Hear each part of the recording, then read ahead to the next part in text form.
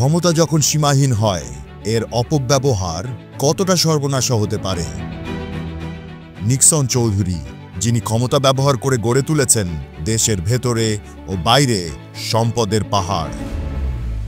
কিভাবে তার উত্থান, তার বিতর্কিত কর্মকাণ্ড আর শেষমেশ কেমন হলো তার পরিণতি।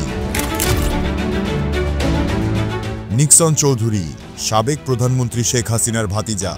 পারিবারিক পরিচয় আর রাজনৈতিক প্রভাবকে কাজে লাগিয়ে তিনি 2014 সালে প্রথম সংসদ সদস্য নির্বাচিত হন। কিন্তু সেই ক্ষমতা জনগণের জন্য না হয়ে যায় তার ব্যক্তিগত স্বার্থের হাতিয়ার।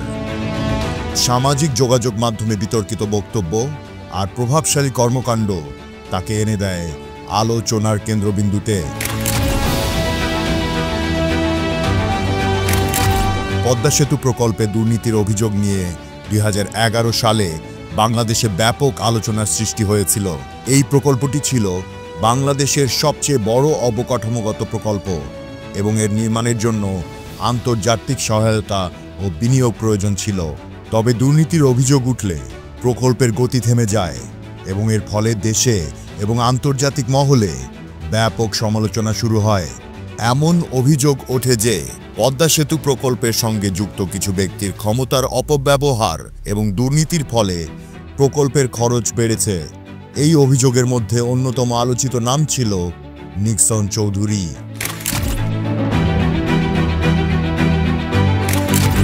ঢাকায় গুলশান, বনানী, পূর্বাচল থেকে শুরু করে সিঙ্গাপুর, কানাডা, অস্ট্রেলিয়া সব জায়গায় রয়েছে তার নিজস্ব সম্পত্তি।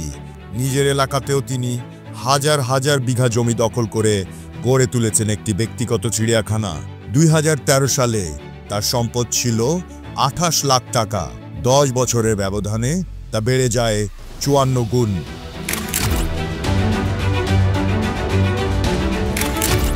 আড়িয়াল খাঁ আর পদ্মা নদী থেকে অবৈধভাবে বালু উত্তোলন করে নিক্সন হাতিয়ে নিয়েছেন কোটি কোটি টাকা। এছাড়া তার নামে বেনামে থাকা বিভিন্ন সম্পদের হিসাব পাওয়া গেছে, যার কোনো বৈধ উৎস নেই।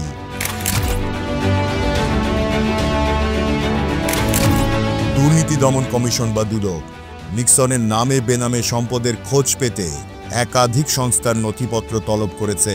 তদন্তে উঠে এসেছে তার সম্পদের সাথে আয়ের কোনো মিল নেই।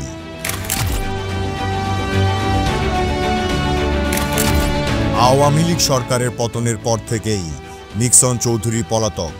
দেশের বাইরে পালিয়ে থাকার গুজব শোনা গেলেও তার বর্তমান অবস্থান নিশ্চিত নয়।